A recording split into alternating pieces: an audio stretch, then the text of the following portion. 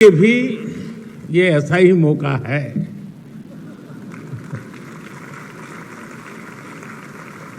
मुझे खुशी है कि आज जब दिल्ली यूनिवर्सिटी के 100 साल का सेलिब्रेशन हो रहा है तो इस फेस्टिव माहौल में मुझे भी आप सबके बीच आने का अवसर मिला है। और साथियों, कैंपस में आने का आनंद भी तभी होता है जब आप कलीग के साथ आए।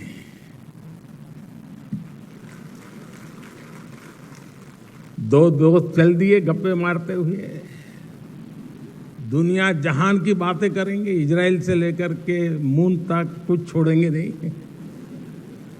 कौन सी फिल्म देखी, ओटीटी पर वो सीरीज अच्छी है, वो वाली रील देखी या नहीं देखी, यानी बातों का अथाह समंदर होता है। इसलिए मैं भी आज आपकी ही तरह दिल्ली मेट्रो से अपने युवा दोस्तों से गपशप करते करते यहां पहुंचा हूं।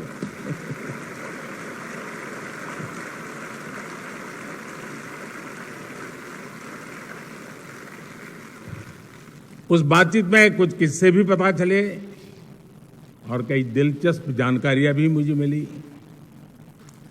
साथियों, आज का अवसर एक और वजह से बहुत खास है। ड्यू ने एक ऐसे समय में अपने 100 वर्ष पूरे किए हैं जब देश अपनी आजादी के 75 वर्ष पूरे होने पर अमृत महोत्सव मना रहा है। कोई भी देश हो, उसकी यूनिवर्सिटीज, उसके शिक्षण संस्थान, उसकी उपलब्धियों का सच्चा प्रतिबिंब होते हैं। ड्यू की भी इन 100 वर्षों की यात्रा में कितने ही ऐतिहासिक पड़ाव आए हैं। इसमें कितने प्रोफेसर्स का, कितने स्टूडेंट्स का और कितने ही दूसरे लोगों का जीवन जुड़ रहा है। एक तरह से दिल्ली यूनिवर्सिटी सिर्फ एक यूनिवर्सिटी नहीं बल्कि एक मूवमेंट रही है।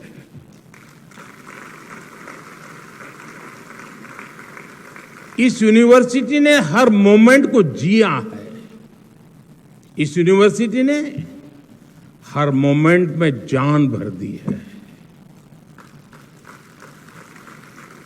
मैं इस ऐतिहासिक अवसर पर यूनिवर्सिटी के सभी प्रोफेसर्स और स्टाफ को, सभी स्टूडेंट्स और एल्यूमनाई को हृदय से बहुत बहुत बधाई देता हूं। साथियों, आज इस आयोजन के जरिए यहां नए और पुराने स्टूडेंट्स भी साथ मिल रहे हैं। स्वाभाविक है, कुछ सदाबहार चर्चाएं भी होगी। नॉर्थ कैंपस के लोगों के लिए कमला नगर, हडसन लाइन और मुखर्जी नगर से जुड़ी यादें,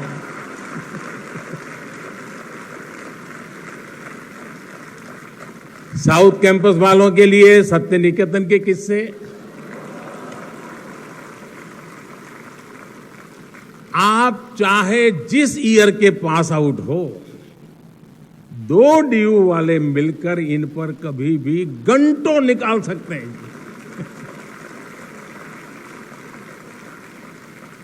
इस सब के बीच मैं मानता हूं ड्यू ने 100 सालों में अगर अपने एहसासों को जिंदा रखा है तो अपने मूल्यों को भी जीवंत रखा है। निष्ठा धृति सत्यम, यूनिवर्सिटी का ये ध्येय वाक्य अपने हर एक स्टूडेंट के जीवन में गाइडिंग लैंप की तरह है। साथियों, हमारे यहां कहा जाता है ज्ञान वानेन सुखवान, ज्ञानवानेव जीवति ज्ञानवानेव बलवान तस्मात् ज्ञानमयो भव। अर्थात जिसके पास ज्ञान है वही सुखी है, वही बलवान है, और वास्तव में वही जीता है जिसके पास ज्ञान है। इसलिए जब भारत के पास नालंदा जैसे विश्वविद्यालय थे, तब भारत सुख और समृद्धि के शिखर पर था। जब भारत के पास तक्षशिला जैसे संस्थान थे, तब भारत का विज्ञान विश्व को गाइड करता था। भारत की समृद्ध शिक्षा व्यवस्था भारत की समृद्धि की वाहक थी। ये वो समय था जब दुनिया की जीडीपी में बहुत बड़ा शेयर भारत का होता था। लेकिन गुलामी के सैकड़ों वर्षों के कालखंड ने हमारे शिक्षा के मंदिरों को,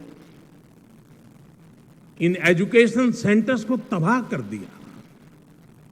और जब भारत का बौद्धिक प्रवाह रुका, तो भारत की ग्रोथ भी थम गई।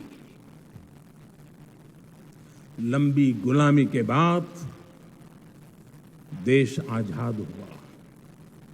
इस दौरान आजादी के भावनात्मक ज्वार को एक मूर्त रूप देने में भारत की यूनिवर्सिटीज ने एक अहम भूमिका निभाई थी। इनके जरिए एक ऐसी युवा पीढ़ी खड़ी हुई जो उस समय के आधुनिक विश्व को ललकार सकती थी।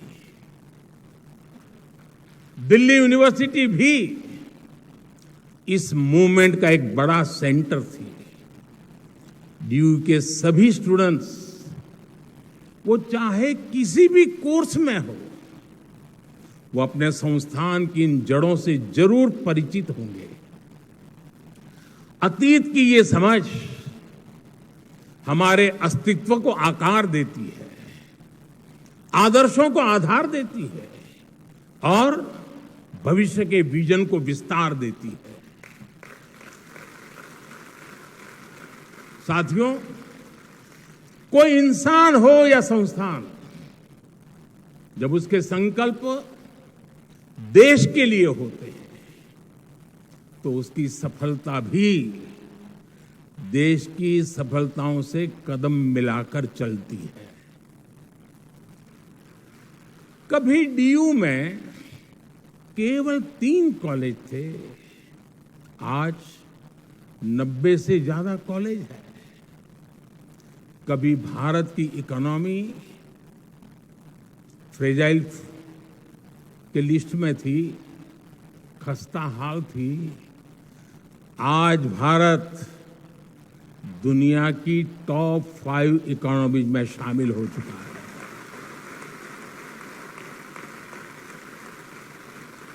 आज डीयू में पढ़ने वाले लड़कों की तुलना में लड़कियों की संख्या ज्यादा हो गई है।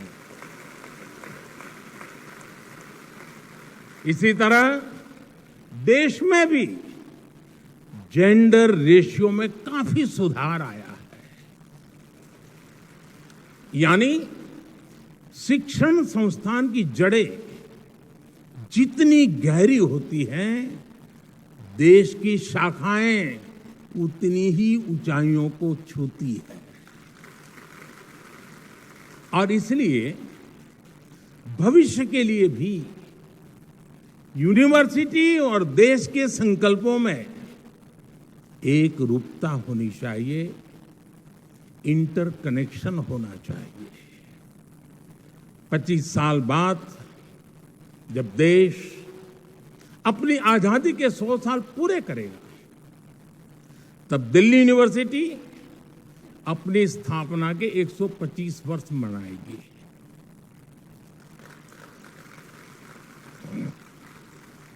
तब लक्ष्य था भारत की स्वतंत्रता। अब हमारा लक्ष्य है 2047 तक विकसित भारत का निर्माण।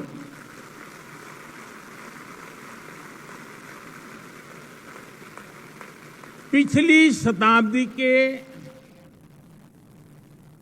तीसरे दशक ने, अगर पिछली शताब्दी के इतिहास की तरफ नजर करें तो पिछली शताब्दी के तीसरे दशक ने स्वतंत्रता संग्राम को नई गति दी थी। अब इस शताब्दी का ये तीसरा दशक भारत की विकास यात्रा को नई रफ्तार देगा।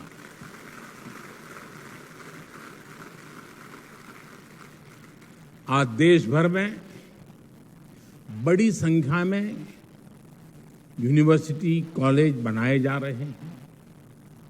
पिछले कुछ वर्षों में आईआईटी, आईआईएम, एनआईटी और एम्स जैसी संस्थाओं की संख्या में लगातार बढ़ोतरी हुई है। ये सभी इंस्टीट्यूट्स न्यू इंडिया के बिल्डिंग ब्लॉक्स बन रहे हैं। साथियों, शिक्षा सिर्फ सिखाने की प्रक्रिया नहीं है, बल्कि ये सीखने की भी प्रक्रिया है। लंबे समय तक शिक्षा का फोकस इसी बात पर रहा कि छात्रों को क्या पढ़ाया जाना चाहिए, लेकिन हमने फोकस इस बात पर भी शिफ्ट किया कि छात्र क्या सीखना चाहता है।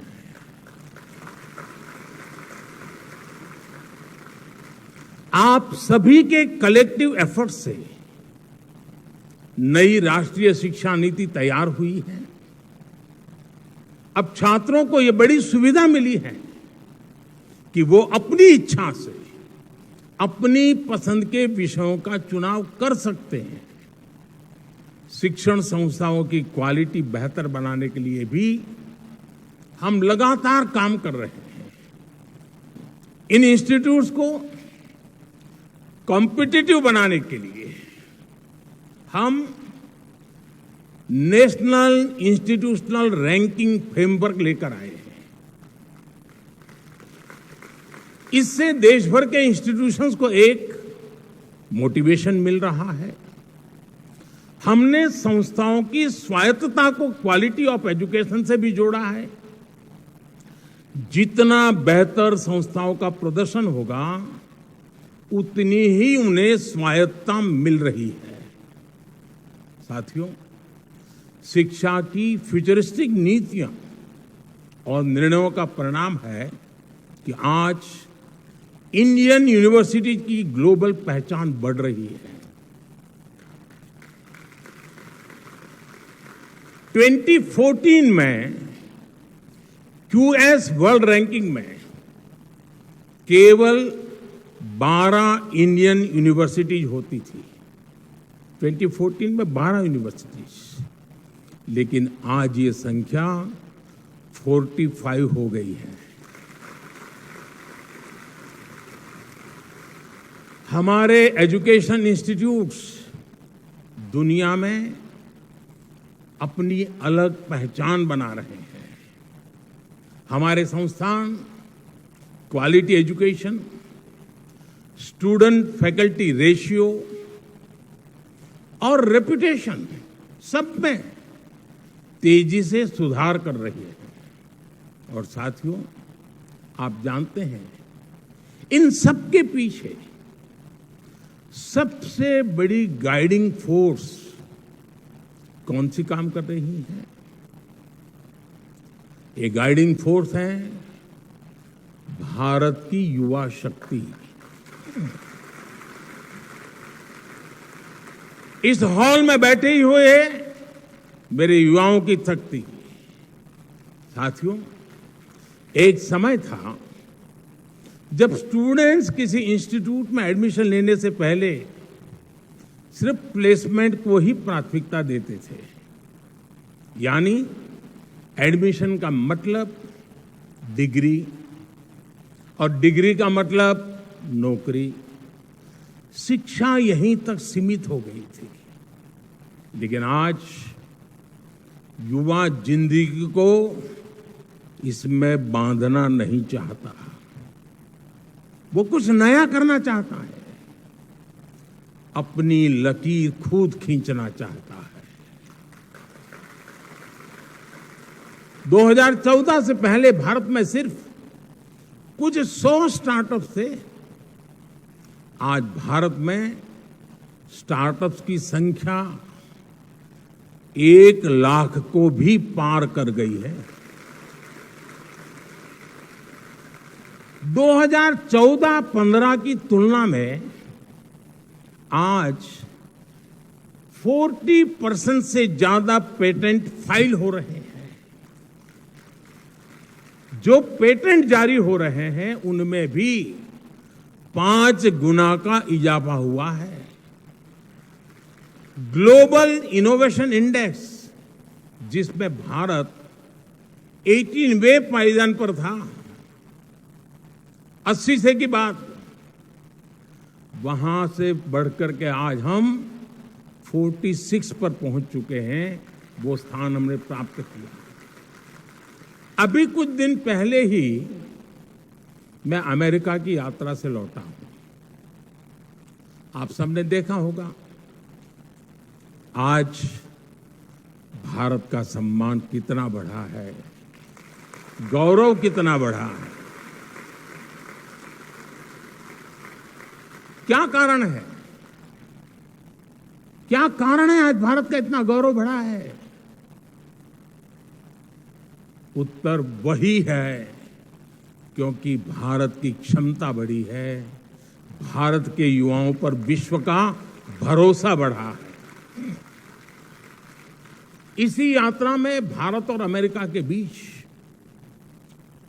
Initiative on critical and emerging technology यानी आईसेट डील हुई। इस एक समझौते से हमारे युवाओं के लिए धरती से लेकर स्पेस तक, सेमीकंडक्टर से लेकर एआई तक तमाम फील्ड्स में नए अवसर पैदा होने वाले हैं। जो टेक्नोलॉजी पहले भारत की पहुंच से बाहर होती थी, अब हमारे युवाओं को उनकी एक्सेस मिलेगी, उनका स्किल डेवलपमेंट होगा। अमेरिका की माइक्रोन, गूगल तथा एप्लाइड मटेरियल जैसी कंपनियों ने भारत में बड़े निवेश का फैसला लिया है। और साथियों, ये आहट है कि भविष्य का भारत कैसा होने वाला है, आपके लिए कैसे कैसे अवसर दस्तक दे रहे हैं। साथियों, इंडस्ट्री 4.0 की क्रांति भी हमारे दरवाजे पर आ चुकी है। कल तक एआई और एआर वीआर के जो किस्से हम साइंस फिक्शन फिल्मों में देखते थे, वो अब आज हमारी रियल लाइफ का हिस्सा बन रहे हैं। ड्राइविंग से लेकर सर्जरी तक रोबोटिक्स अब न्यू नॉर्मल बन रहा है।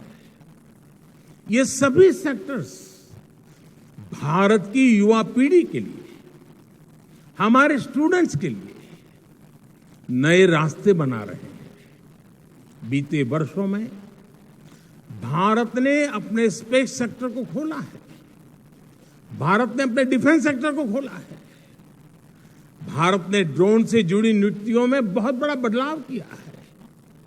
इन सभी निर्णयों से देश के ज्यादा से ज्यादा युवाओं को आगे बढ़ने का मौका मिला है। साथियों, भारत की विकास यात्रा से हजारों युवाओं को हमारे स्टूडेंट्स का कैसे लाभ हो रहा है, इसका एक और पक्ष है। आज दुनिया के लोग भारत को, भारत की पहचान को, भारत की संस्कृति को जानना चाह रहे हैं।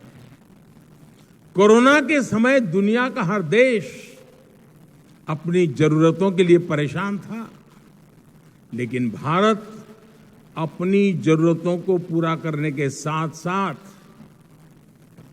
दूसरे देशों की भी मदद कर रहा था।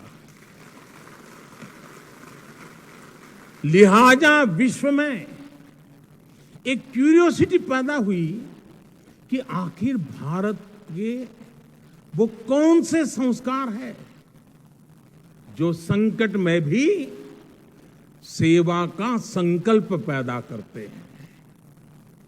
भारत का बढ़ता सामर्थ्य हो, भारत की G20 प्रेसिडेंसी हो, ये सभी भारत के प्रति कौतूहल बढ़ा रहे हैं।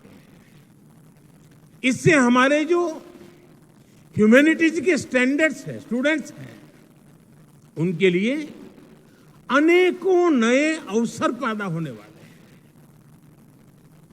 योग जैसा हमारा विज्ञान, हमारी संस्कृति, हमारे फेस्टिवल, हमारा लिटरेचर, हमारी हिस्ट्री, हमारा हेरिटेज, हमारी विधाएं, हमारे व्यंजन आज हर किसी की चर्चा हो रही है। हर किसी के लिए नया आकर्षण पैदा हो रहा है। इसलिए उन भारतीय युवाओं की डिमांड भी बढ़ रही है जो विश्व को भारत के बारे में बता सके, हमारी चीजों को दुनिया तक पहुंचा सके।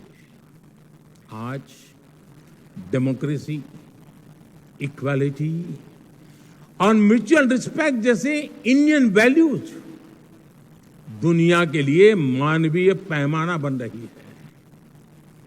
गवर्नमेंट फोरम से लेकर डिप्लोमेसी तक कई क्षेत्रों में भारतीय युवाओं के लिए लगातार नए मौके बन रहे हैं। देश में हिस्ट्री, हेरिटेज और कल्चर से जुड़े क्षेत्रों ने भी युवाओं के लिए अपार संभावनाएं बना दी है। आज देश के अलग अलग राज्यों में ट्राइबल म्यूजियम्स बन रहे हैं। पीएम म्यूजियम के जरिए आज आजाद भारत की विकास यात्रा के दर्शन होते हैं। और आपको ये जानकर के भी अच्छा लगेगा कि दिल्ली में विश्व का सबसे बड़ा हेरिटेज म्यूजियम युगे युगीन भारत ये भी बनने जा रहा है।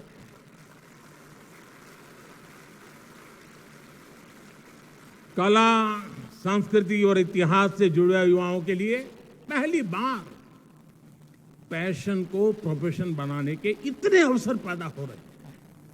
इसी तरह आज दुनिया में भारतीय टीचर्स की अलग पहचान बनी है। मैं ग्लोबल लीडर से मिलता हूं, उनमें से कई अपने किसी न किसी इंडियन टीचर से जुड़े किस्से बताते हैं और बड़े गौरव से बताते हैं। भारत की ये सॉफ्ट पावर इंडियन यूथ की सक्सेस स्टोरी बन सकती है। इस सब के लिए हमारी यूनिवर्सिटीज को, हमारे इंस्टीट्यूशंस को तैयार होना है, अपने माइंडसेट को तैयार करना है। हर यूनिवर्सिटी को अपने लिए एक रोड मैप बनाना होगा, अपने लक्ष्यों को तय करना होगा। जब आप इस संस्थान के 125 वर्ष मनाए, तब आपकी गिनती वर्ल्ड की टॉप रैंकिंग वाली यूनिवर्सिटी में हो, इसके लिए अपने प्रयास बढ़ाएं। फ्यूचर मेकिंग इनोवेशंस आपके यहां हो, दुनिया के बेस्ट आइडियाज और लीडर्स आपके यहां से निकले, इसके लिए आपको लगातार काम करना होगा।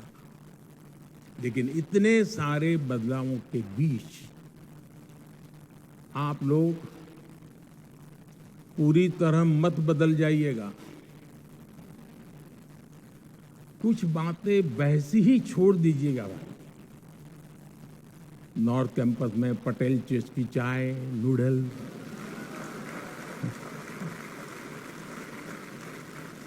साउथ कैंपस में चाणक्य आज के मोमोज, इनका टेस्ट न बदल जाए, ये भी आपको इंश्योर करना होगा। साथियों, जब हम अपने जीवन में कोई लक्ष्य तय करते हैं तो उसके लिए पहले हमें अपने मन मस्तिष्क को तैयार करना होता है। एक राष्ट्र के मन मस्तिष्क को तैयार करने की ये जिम्मेदारी उसके एजुकेशन इंस्टीट्यूट को निभानी होती है। हमारी नई जनरेशन फ्यूचर रेडी हो, वो चैलेंजेस को एक्सेप्ट करने और फेस करने का टेम्परामेंट रखती हो। ये शिक्षा संस्थान के विजन और मिशन से ही संभव होता है। मुझे विश्वास है दिल्ली यूनिवर्सिटी अपनी इस यात्रा को आगे बढ़ाते हुए इन संकल्पों को जरूर पूरा करेगी। इसी के साथ आप सभी को इस शताब्दी वर्ष की यात्रा को जिस प्रकार से आपने आगे बढ़ाया है,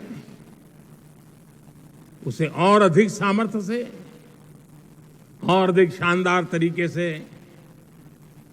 और अधिक सपने और संकल्पों को लेकर के सिद्धि को प्राप्त करने का रास्ता बनाते हुए आगे बढ़े। सिद्धियां आपके कदम चूमती रहे, आपके सामर्थ्य से देश बढ़ता रहे। इसी कामना के साथ आप सबको बहुत बहुत शुभकामनाएं। धन्यवाद।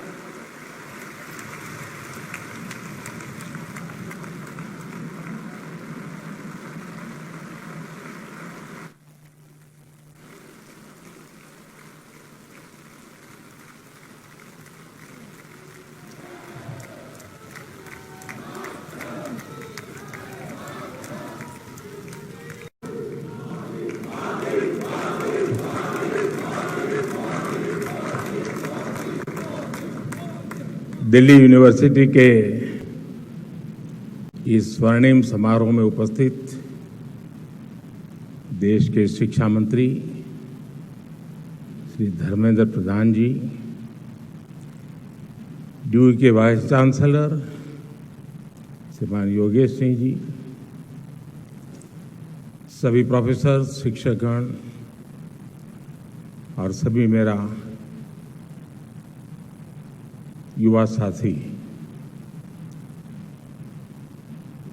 आप लोगों ने मुझे जब ये निमंत्रण दिया था तभी मैंने तय कर लिया था कि मुझे आपके यहाँ तो आना ही है।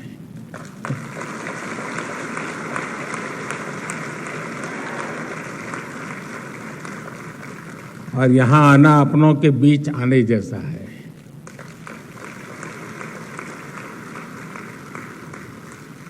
अब 100 साल की ये फिल्म हम देख रहे थे दिल्ली यूनिवर्सिटी की दुनिया को समझने के लिए। सिर्फ ये दिग्गजों को देख लेते तो भी पता चल जाता है कि दिल्ली यूनिवर्सिटी ने क्या दिया है।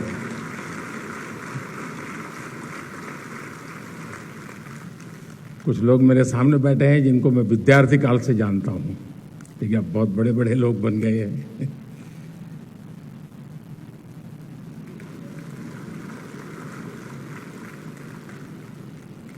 और मुझे अनुमान था कि मैं यहाँ जाऊँगा तो मुझे इन सब पुराने साथियों से मिलने का जरूर अवसर मिलेगा, और मुझे मिल रहा है।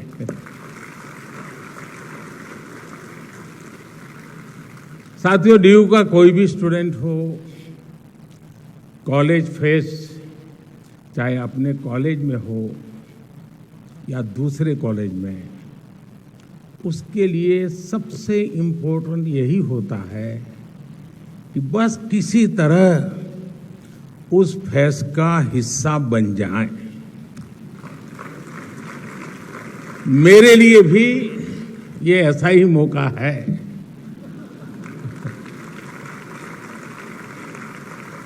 मुझे खुशी है कि आज जब दिल्ली यूनिवर्सिटी के 100 साल का सेलिब्रेशन हो रहा है तो इस फेस्टिव माहौल में मुझे भी आप सबके बीच आने का अवसर मिला है। और साथियों, कैंपस में आने का आनंद भी तभी होता है जब आप कलीग के साथ आए।